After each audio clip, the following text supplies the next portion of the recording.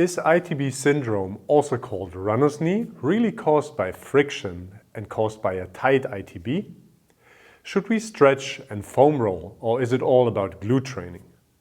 We will answer these and more common questions in this myth-busting video.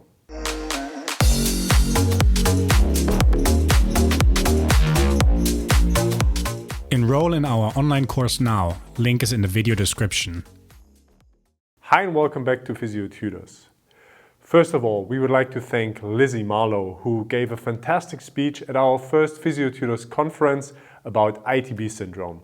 This video is basically Lizzie's talk in a nutshell with a few inputs from us here and there.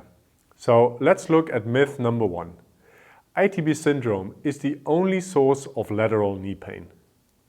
First of all, ITB syndrome is certainly the most prevalent cause of lateral knee pain, with a reported incidence as high as 12% of all running-related overuse injuries. There are surely other sources that can cause pain at the lateral knee. Typical signs and symptoms for ITB syndrome are worse pain when running downhill or narrow trails and a spike in training volume history. If the patient reports pain posterolaterally, you will have to take distal femoral biceps tendinopathy into account. In contrast to ITB syndrome, biceps tendinopathy worsens when running uphill, is worse with higher speeds, but gets better when warmed up. Furthermore, you have to consider patellofemoral pain, which is very common in runners. PFPS is usually worse with loaded flexion, walking stairs, or after prolonged sitting, also called the cinema sign. At last, lateral meniscus pathology or early osteoarthritis might be a cause of pain in runners regularly running on hard surfaces who report pain on deep squatting or twisting the knee. This is more prevalent in patients above the age of 40. Even some morning stiffness might be present in this group. To conclude, ITB syndrome is not the only cause of lateral knee pain. Number 2. ITB syndrome is caused by friction and rubbing over the bursa at the lateral epicondyle of the femur. Originally, the idea behind ITB syndrome was that the ITB flicks over the lateral epicondyle of the femur. This would occur at around 30 degrees of flexion when the ITB changes its force direction from an extension force at the knee to a flexion force, or vice versa. However, Fairclough and colleagues showed that there is actually no native bursa under the iliotibial band. On top of that, the same authors in 2007 showed that the iliotibial band is anchored to the distal femur by fibrous strands, making friction at the knee impossible. The sensation of flicking that runners report is rather an illusion of movement that is created by changing tension in the ITB's anterior and posterior fibers during knee flexion. But what is ITBS then? The authors reasoned that the band moves medially during knee flexion as a consequence of tibial internal rotation, which compresses the fat pad under the ITB against the epicondyle. With extension, the ITB moves laterally again. Excessive compression of the fat pad may trigger an inflammatory response, which could be the nociceptive generator in ITBS. Myth number 3. ITB syndrome is caused by a tight ITB. First of all, how do we know if the ITB is tight? We've mentioned this earlier on our channel that a study of Willett et al. In 2016 has shown that the Ober's test is not a valid test for ITB shortening. Instead, it rather measures the shortening of the hip capsule. The only thing we have to diagnose ITB syndrome are provocation tests like the Renz test and Noble compression test that you can watch by a click in the top right corner.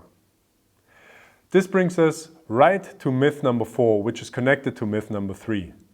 Stretching and foam rolling are effective treatments for ITB syndrome. A study by Seber et al. In the year 2020 has looked at the stiffness of the ITB band. They concluded that the ITB can withstand substantial forces and is basically inextensible. Moreover, they found that it actually ruptures at around 80 kilos of tension. For this reason, the authors conclude that clinical stretching will probably not lead to prolonged elongation of the ITB band. At the same time, the ITB gets foam rolled a lot in physio practices and gyms all over the world. However, the expectation that foam rolling will break down adhesions or lengthen the ITB is unrealistic. Just looking at it from a biomechanical standpoint, a compression without stretch cannot lead to an elongation. What may be possible is to stretch the muscles that attach to the ITB. But then again, we have discussed the limitations of stretching on muscle elongation in another video. What stretching probably achieves is an increased pain tolerance to stretch on short term. What a study by Wilhelm and colleagues from 2017 found is that the tensor fascia lata is actually capable of elongation in response to a clinical stretch in contrast to the ITB, but they are calling for future research to see if there's actually permanent elongation. Our prediction is they're probably not going to find any permanent lengthening. We would be very surprised if this is different in the TFL compared to other muscles. At last, if we assume that ITBS is caused by excessive compression rather than friction, then all of these approaches would just lead to further irritation of the fat pad underneath the ITB. So those treatments probably make ITBS worse. Myth number 5. It's all in the glutes. So how do we treat ITBS then? The general recommendation is to strengthen the glutes in order to reduce hip adduction and thus reduce the stress on the ITB. But this very much depends on the patient. While there are patients with an increased valgus and who might surely benefit from hip strengthening, the second group displaying ITBS are commonly men with knee varus. In this group, hip training might not be as efficient as in group 1. On top of that, a study by Willi et al. From the year 2012 has shown that glute training does not change biomechanics. For runners, it eventually boils down to a mix of addressing running biomechanics, addressing training errors, and neuromuscular deficits. If you are curious about an actual rehab program for ITBS, click on the video right next to me. If you want to know more in-depth information about running injuries, check out our running rehab online course by Benoit and Matthew on study.physiotutors.com. As always, thanks a lot for watching and for leaving a like, and I'll see you in another video. Bye.